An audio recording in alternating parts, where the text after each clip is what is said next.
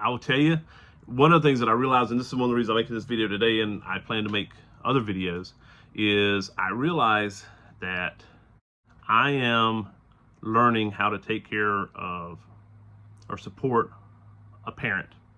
And I know how to take care of kids. I got 5 of them. I know how to take care of soldiers. I've had thousands of them. Taking care of a parent or helping a parent or, being the support that my dad needs is different than what I imagined. I think and I realize also while I'm making this video is I realize that I'm not the only one. Hey y'all, it's William Port here, and I want to give a little update. And have you ever been asked the question, where do you see yourself in 5 years? Well, I can guarantee you that when people ask me that question 1 year ago, my life is flipped upside down from what I imagined.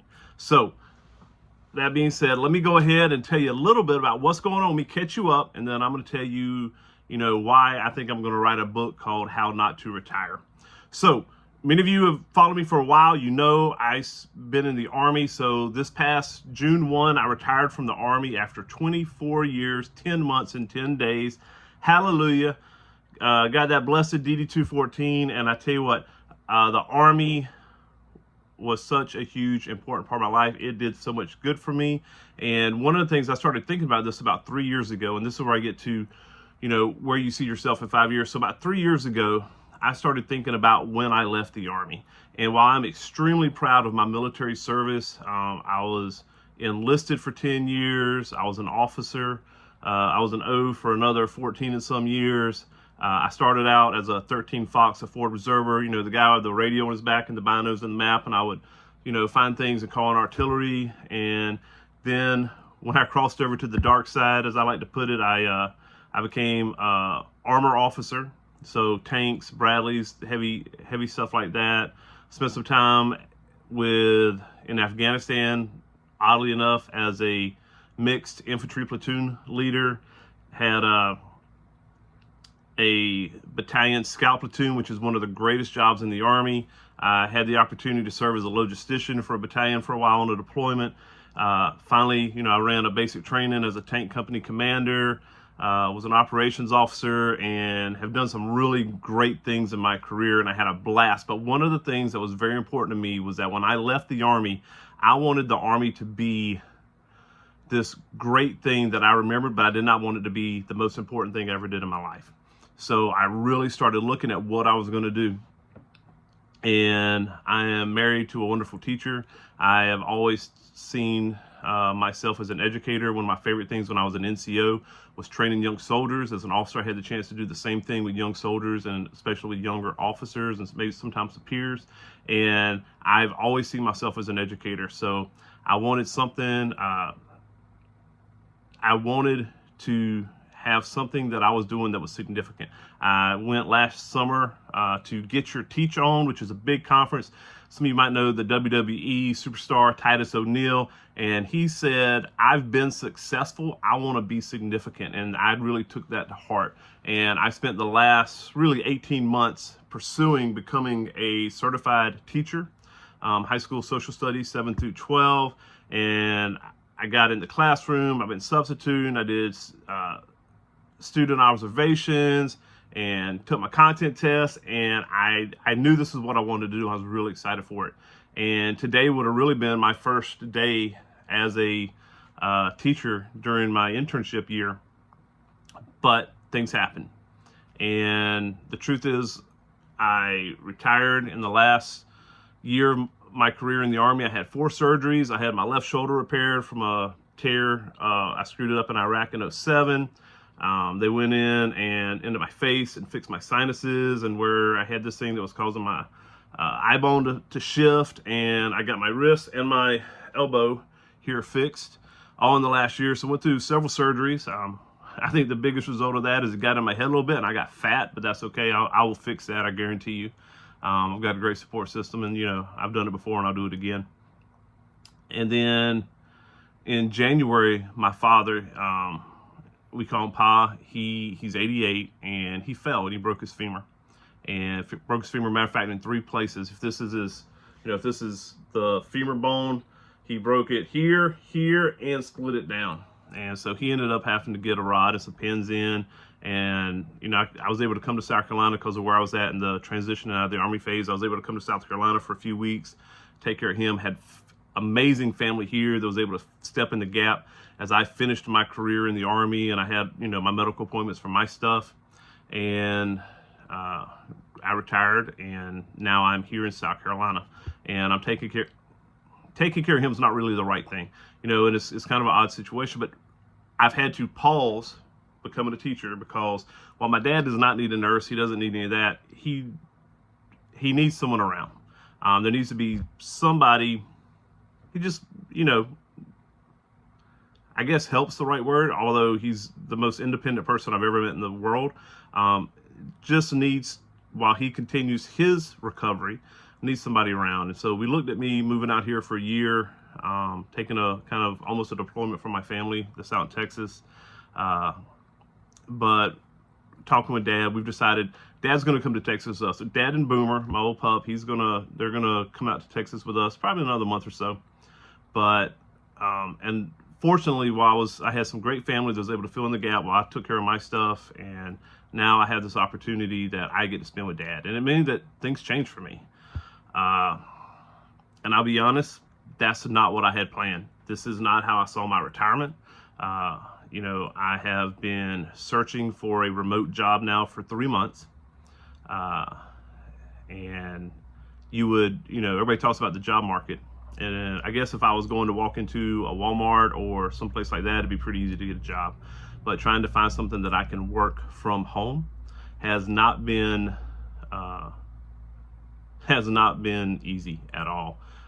Luckily, I do have some great friends, some former military friends that have gave me some advice, family that's given me advice on how to communicate what I've done in the military, kind of put it in civilian speak.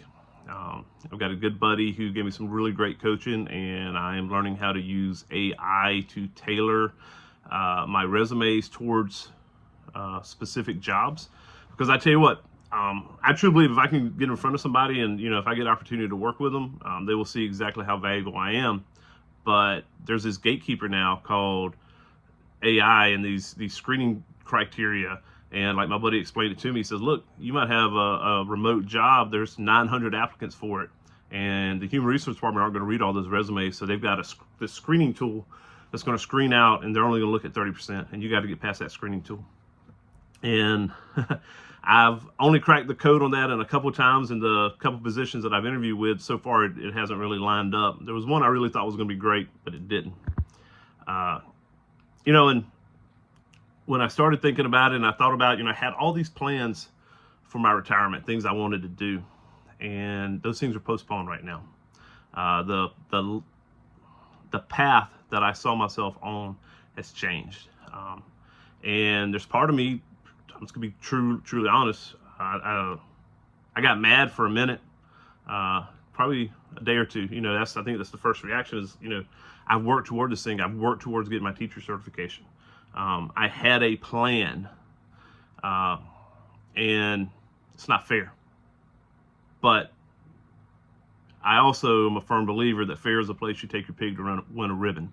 Fair doesn't mean everybody gets the same thing. Life ain't fair, any of that good stuff. So I got over it, and I started thinking about it. And I thought back to when my father retired. He went to work at Wellman Industries when he was 17 years old. And he retired there, I think after 47 years, working in the same job. And I think within a month, 2 months of him retiring, my mom got cancer.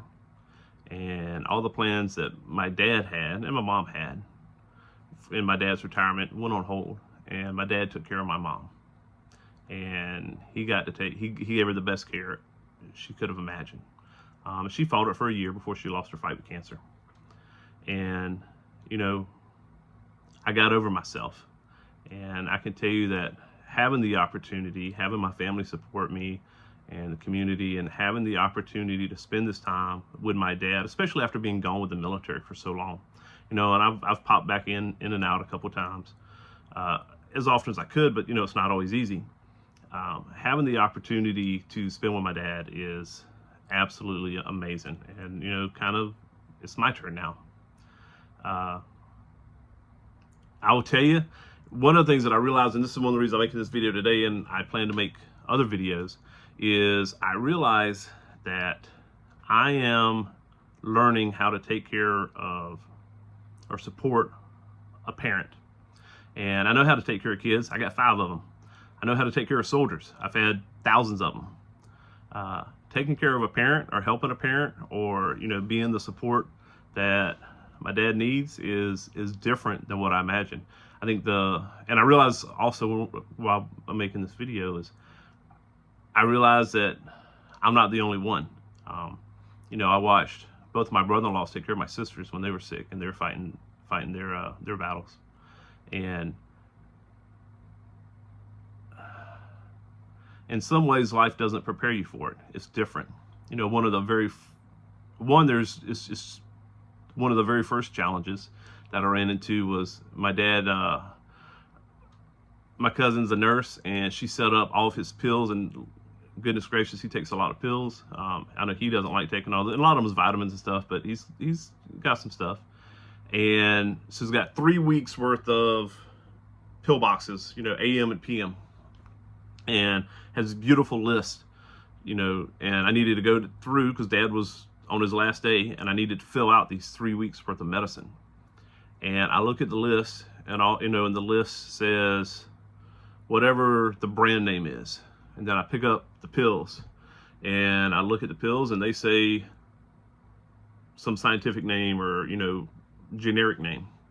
So I open up the one, I was smart enough at least to save I thought I was smart enough to save 1 day's worth so I could look at it and I could compare it with the pills I was pulling out to make sure that I'm putting in the right, they should look the same, right? Well, turns out that whenever they were filled the last time, I'd picked up new pills from the pharmacy, 7 bottles. None of them looked the same. The only thing that looked the same was calcium and the vitamin.